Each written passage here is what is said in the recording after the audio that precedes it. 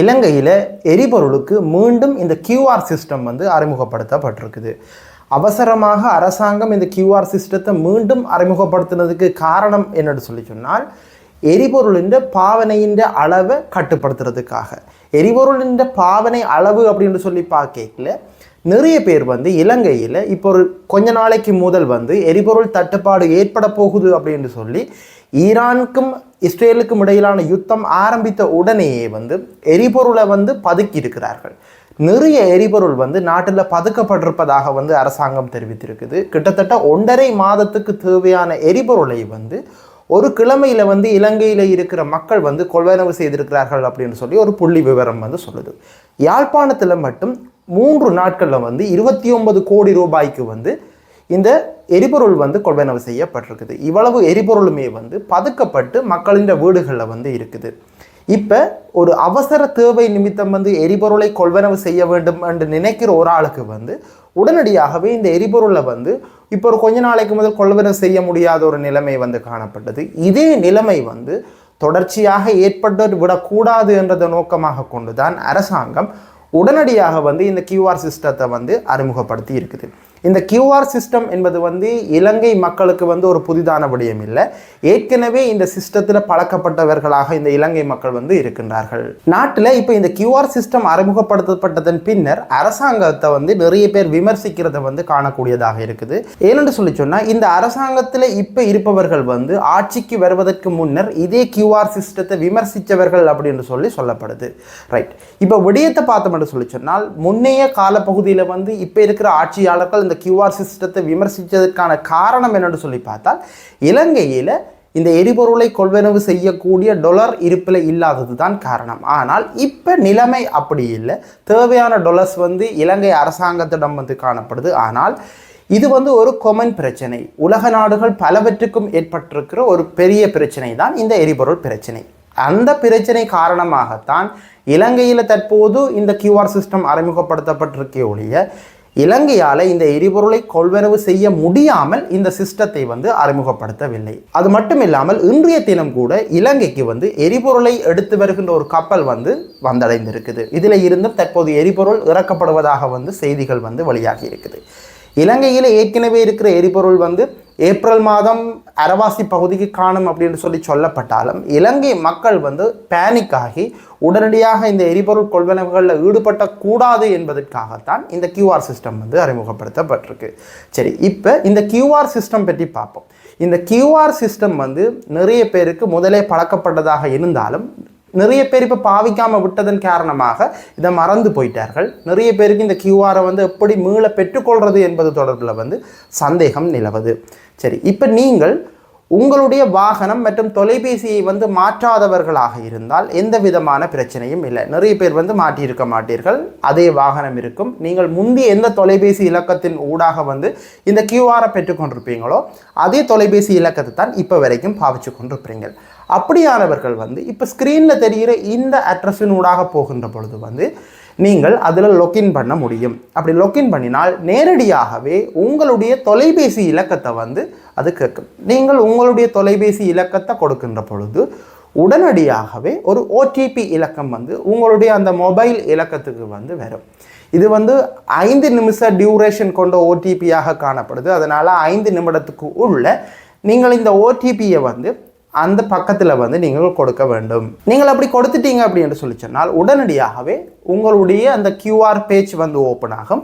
அதில் வந்து download QR code அப்படின்னு சொல்லி பச்சை கலரில் ஒரு லேபிள் ஒன்று இருக்கும். அதை நீங்கள் கிளிக் பண்ணின உடனேயே உடனடியாகவே உங்களுடைய மொபைலுக்கு வந்து உங்களுடைய கியூஆர் கோட் வந்து தரவிறக்கம் செய்யப்படும், டவுன்லோட் ஆகிடும்.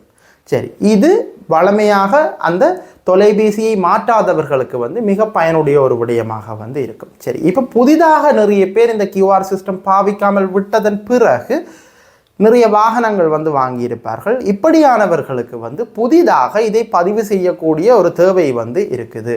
இந்த பதிவு தான் இவ்வளவு நாளும் வேலை செய்யவில்லை அப்படின்னு சொல்லப்பட்டிருந்தது. இப்போ அதாவது இலங்கையில் இன்று மதியத்துக்கு பிறகு வந்து இந்த சிஸ்டம் வந்து ஒர்க் ஆகும் அப்படின்னு சொல்லப்படுது.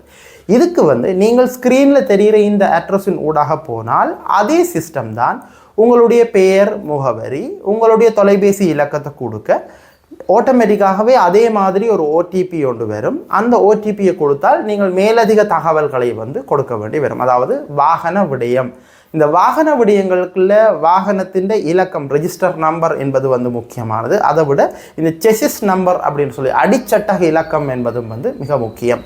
இந்த அடிச்சட்டக இலக்கம் வந்து நீங்கள் வாகனத்தில் பார்க்கலாம், இல்லாவிட்டால் உங்களுடைய பதிவு புத்தகத்தில் வந்து அந்த செசிஸ் நம்பர் என்பது வந்து குறிப்பிடப்பட்டிருக்கும். அதை நீங்கள் உள்ளீடு செய்தால் வந்து நீங்கள் உங்களுடைய QR கோடை வந்து பெற்றுக்கொள்ளக்கூடிய மாதிரி இருக்கும். இந்த QR கோடை பயன்படுத்தி மட்டும்தான் இனிவரும் நாட்களில் வந்து நீங்கள் எரிபொருளை வந்து பெற்றுக்கொள்ளக்கூடிய மாதிரி இருக்கும். ரைட், இப்போ அடுத்த விடயம் வந்து நிறைய பேர் வந்து தொலைபேசியை மாற்றி இருப்பதாக வந்து சொல்லியிருக்கிறார்கள். இந்த தொலைபேசியை மாற்றியவர்கள் வந்து நீங்கள் உடனடியாக செய்ய வேண்டிய விடயம் பழைய QR கோடை வந்து டிலீட் செய்ய வேண்டும். அதுக்கு நீங்கள் செய்ய வேண்டிய ஒரே ஒரு விடயம், இப்போ இருக்கிற உங்களுடைய தொலைபேசியில் இருந்து ஃபியூவல் ஒரு ஸ்பேஸ் விட்டு டிலீட் அப்படின்னு சொல்லி டைப் பண்ணி ஒரு ஸ்பேஸ் விட்டு உங்களுடைய வாகன இலக்கத்தை வந்து டைப் செய்து கொள்ள வேண்டும். 3 விடயம், ஃபியூவல் ஸ்பேஸ் விட்டு டிலீட் ஸ்பேஸ் விட்டு உங்களுடைய வாகன இலக்கம். இந்த எஸ்எம்எஸ்ஐ வந்து 070 4444444, அதாவது 070 அங்கால வார 7 இலக்கங்களுமே வந்து 4ஆக இருக்கும். இந்த இலக்கத்துக்கு வந்து நீங்கள் எஸ்எம்எஸ் செய்தால் உடனடியாகவே இது சக்ஸஸ் அப்படின்னு சொல்லி ஒரு மெசேஜ் ஒன்று வரும். இந்த மெசேஜ் வந்ததன் பிறகு நீங்கள் புதிதாக அந்த முறையில் வந்து உங்களுடைய வாகனத்தை வந்து பதிவு செய்வதன் மூலம் நீங்கள் உங்களுடைய QR கோடை வந்து பெற்றுக்கொள்ளக்கூடியதாக இருக்கும். எனவே இந்த QR கோட் பெறுவதில் வந்து உங்களுக்கு எந்த விதமான சிக்கலும் இருக்காது அப்படின்னு சொல்லி நம்புகிறேன்.